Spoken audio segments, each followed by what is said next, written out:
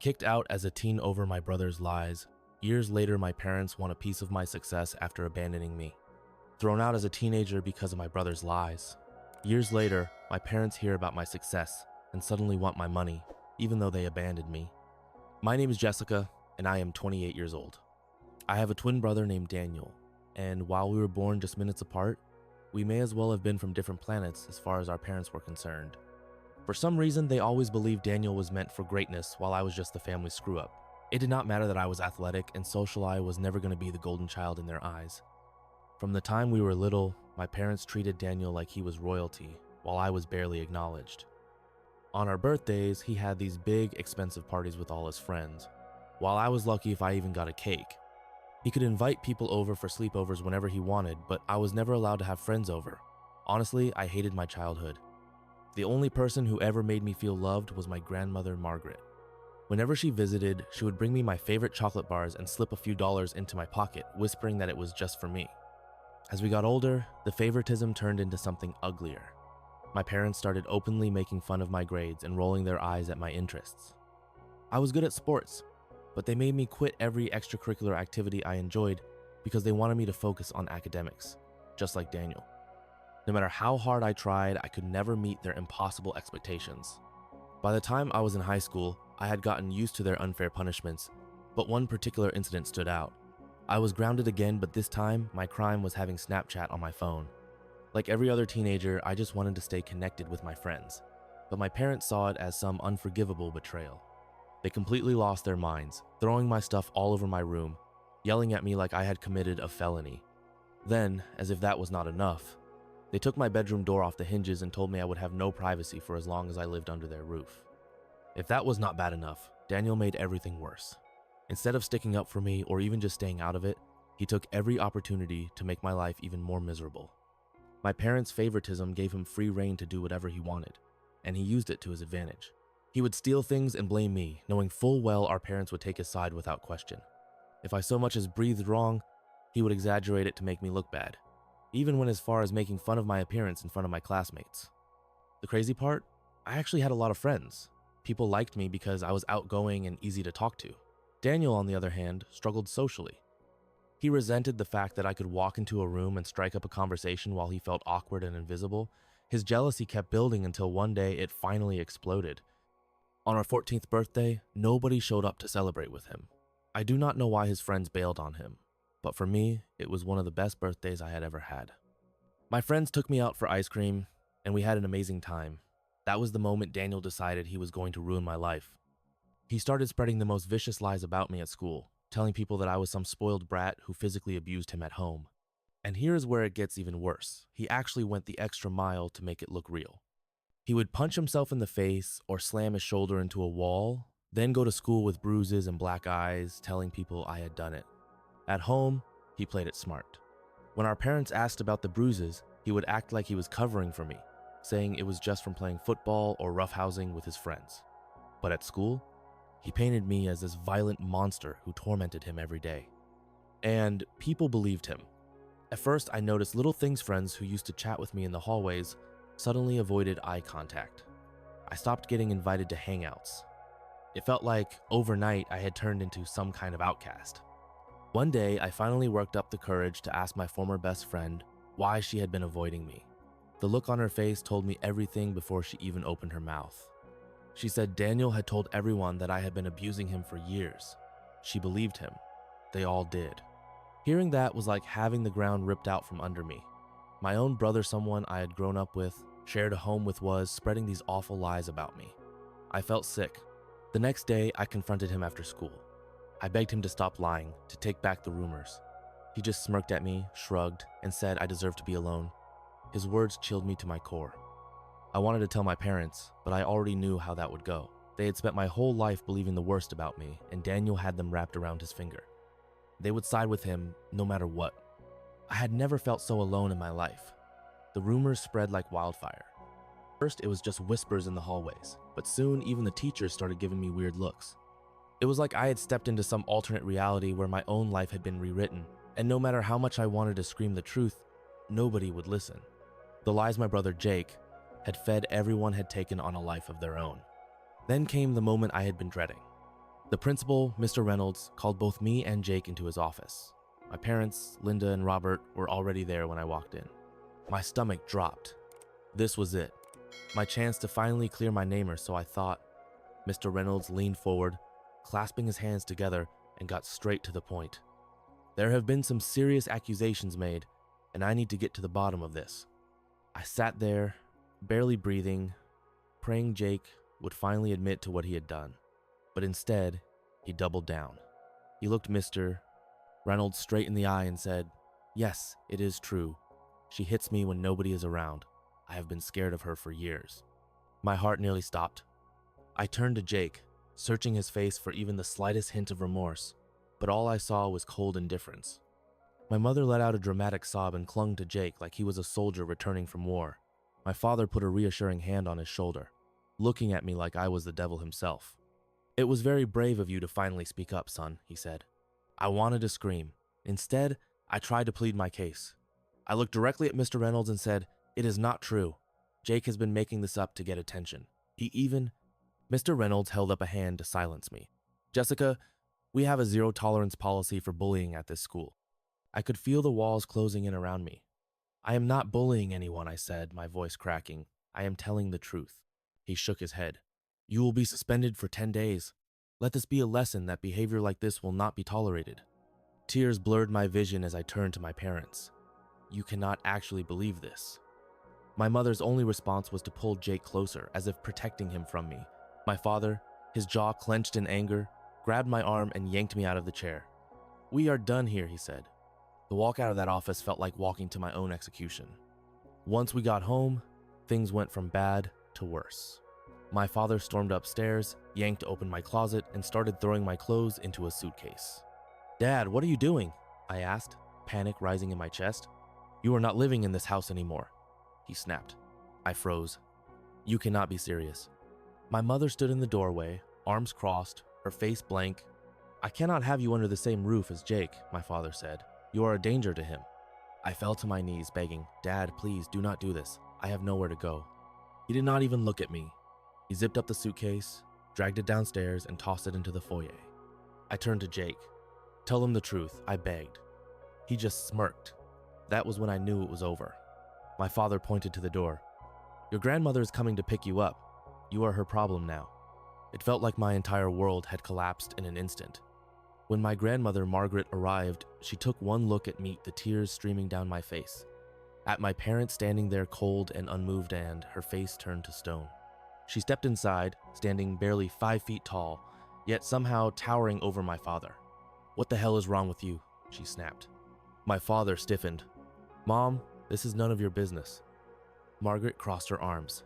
"Oh, it is my business when you decide to throw your own daughter out like trash." My mother tried to speak, but Margaret cut her off. "Save it, Linda. You should be ashamed of yourself." She turned back to my father.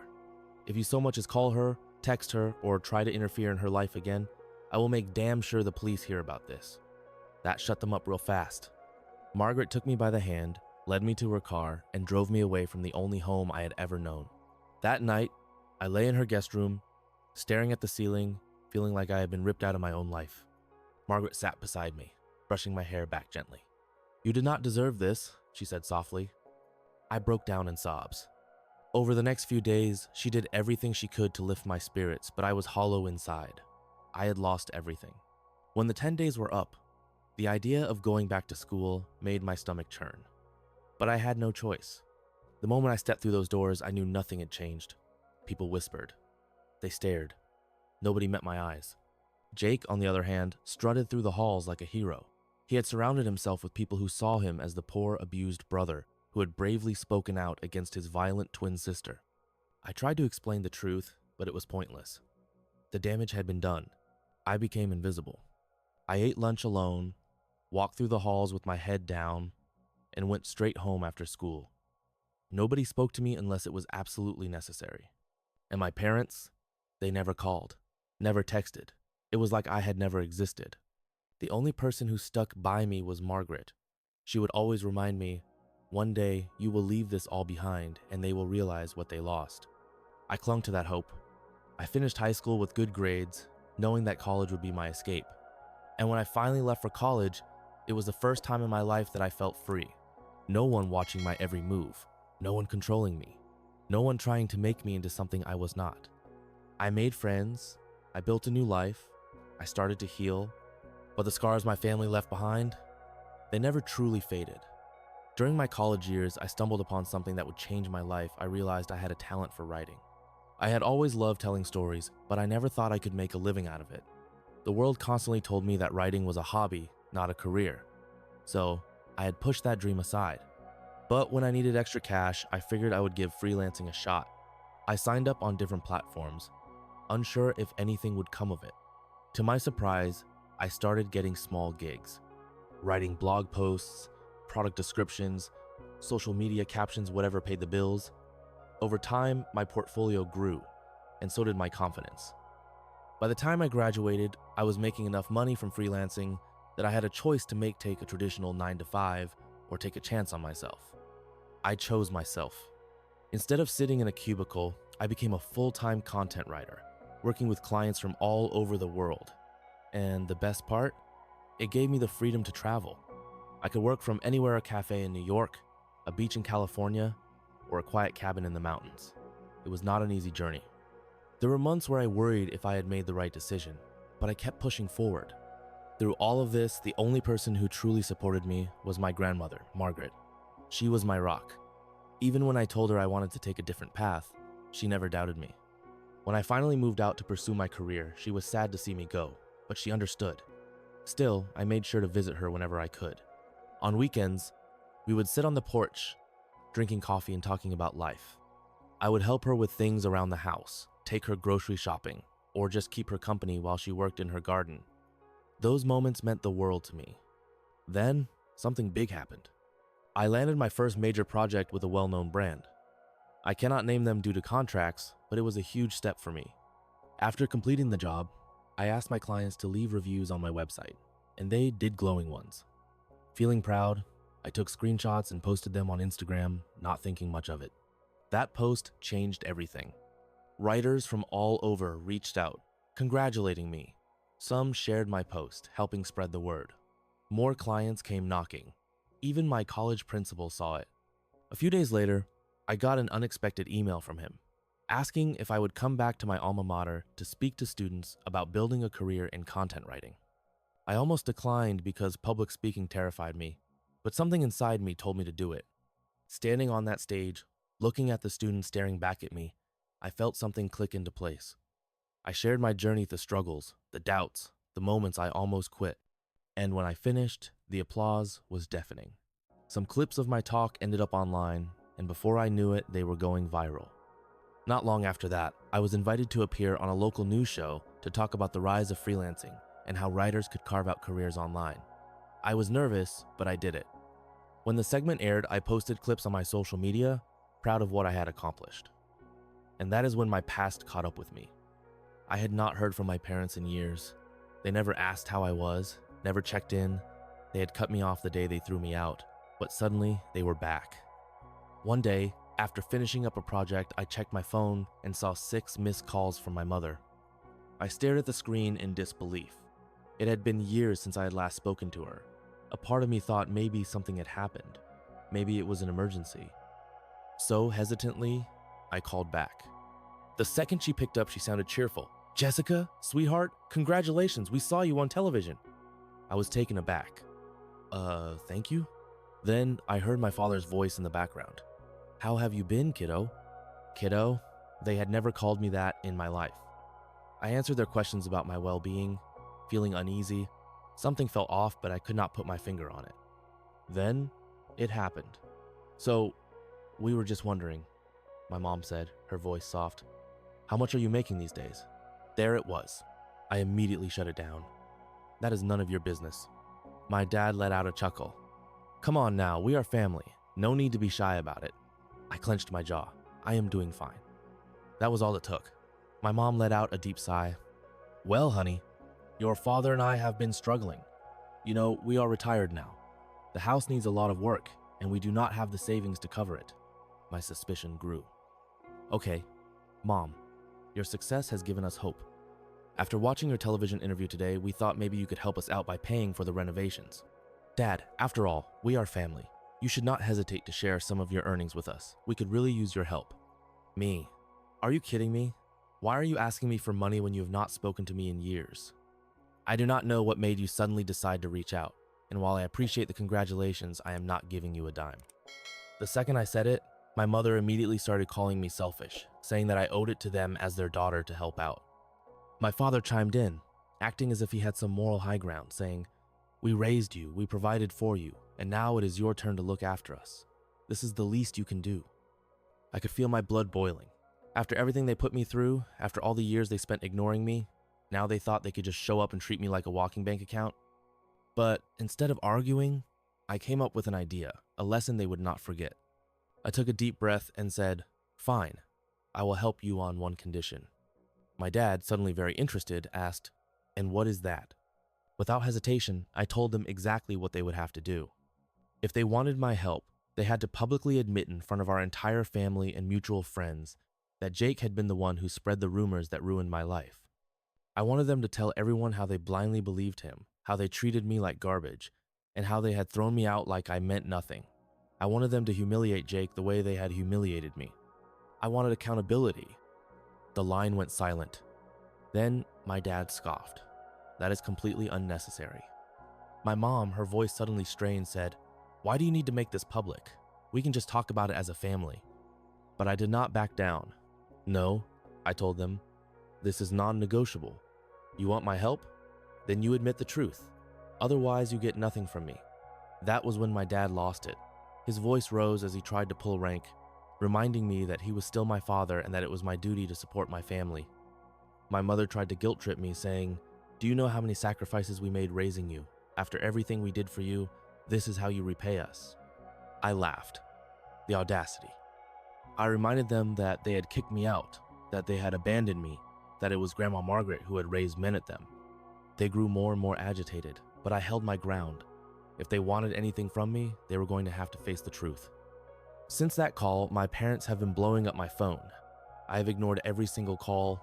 Honestly, I regret ever picking up in the first place. I cannot help but wonder, am I really a terrible person for refusing to help them? It has been a wild week since I last shared my story, and the amount of support I have received has been overwhelming. Hearing from so many people who understand my situation has made me feel less alone. I am relieved that nearly everyone agrees that I should not have to engage with my parents, let alone give them money after everything they put me through. The reason I even gave them that condition was because I knew they would never agree to it. They love Jake too much. Even if they have finally realized the truth that he lied, manipulated, and destroyed my life, they would still never throw him under the bus the way they threw me out of their lives. And today, I got confirmation of that fact. Jake texted me. Here is what he sent.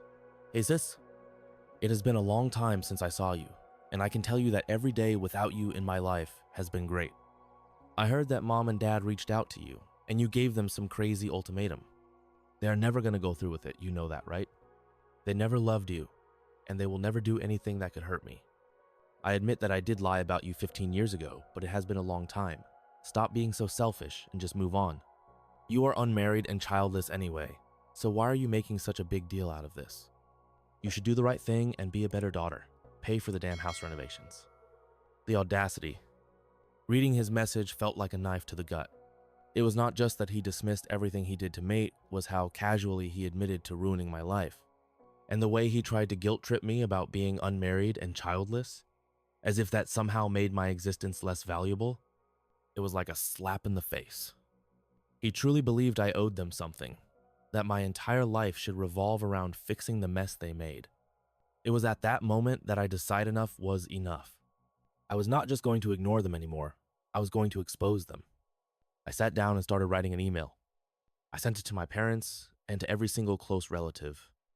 I laid everything out, every cruel thing my parents had done to me, every time they favored Jake over me, every insult, every punishment, every time they refused to believe me. I wrote about the rumors, about how Jake had spread lies that ruined my reputation, how my parents never even questioned it, how they let him tear me down without a second thought.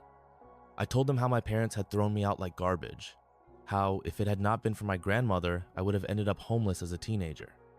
And then, at the very end of the email, I attached a screenshot of Jake's message, his own confession.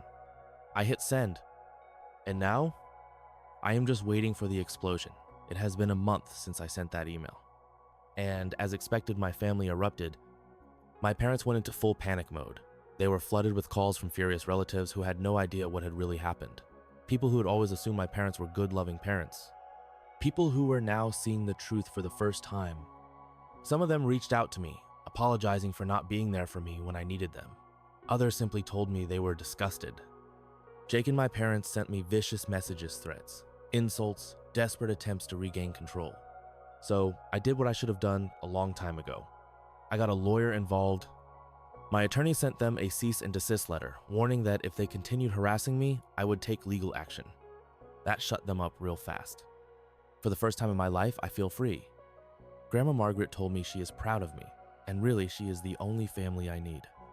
I will keep moving forward, and I will never, ever let them drag me down again. Word spread fast.